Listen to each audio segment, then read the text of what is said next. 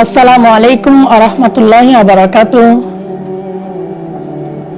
আজ আমি এমন একটি বিষয় নিয়ে কথা বলবো যা প্রতিটি মুসলমানের হৃদয়ে আগুন জ্বালিয়ে দিয়েছে।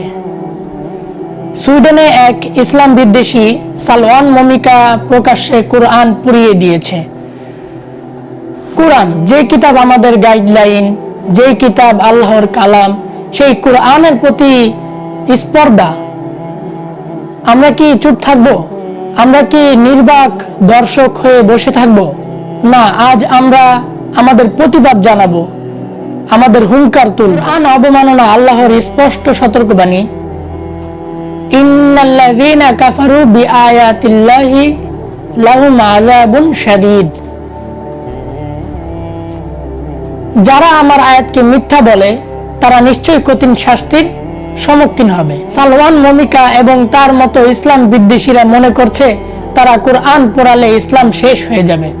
না, বরং ইসলাম আরো শক্তিশালী হবে, মুসলিম উম্মাহ আরো জেগে উঠবে। কুরআন কখনো ধ্বংস হবে না। আল্লাহ তাআলা নিজেই বলেছেন, ইন্না নাহনু নাযালনা যিকরা ওয়া ইন্না লাহু লাহাফিজুন। নিশ্চয় আমি কুরআন নাজিল করেছি, আমি এর রক্ষক। তাহলে কি তারা কুরআন ধ্বংস করতে পারবে? না, বরং তারা নিজেরাই ধ্বংস হয়ে যাবে। হয়েছে তো, হয়েছে না?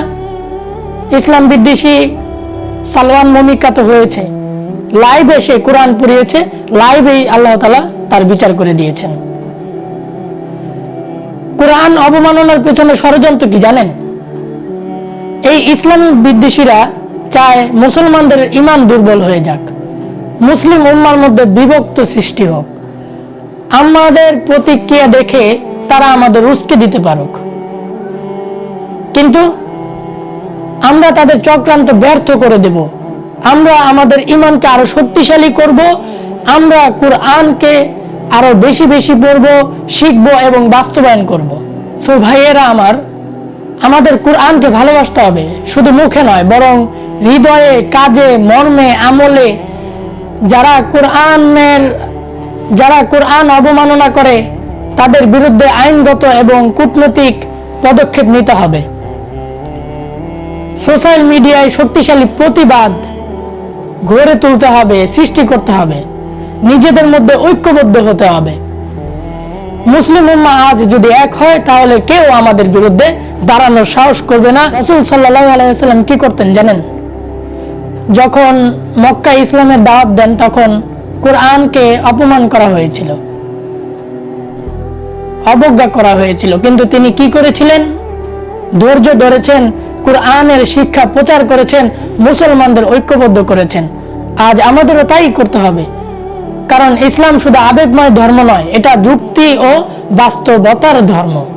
ইসলাম বিদ্বেষীদের উদ্দেশ্যে বলতে চাই, তোমরা যতই ষড়যন্ত্র করো ইসলাম কখনো ধ্বংস হবে না।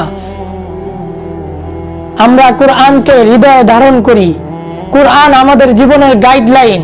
তোমরা পুড়িয়ে দিয়েছো শুধু কাগজের পৃষ্ঠা, কিন্তু কুরআন প্রতিটি মুসলমানের হৃদয়ে লেখা আছে, লেখা। সুতরাং তোমাদের ষড়যন্ত্র ধ্বংস হবেই ইনশাআল্লাহ। প্রিয় মুসলিম উম্মাহ, আমরা যদি আজ চুপ থাকি তাহলে কাল আমাদের পরবর্তী প্রজন্মের ঈমান হুমকি মুখে পড়বে।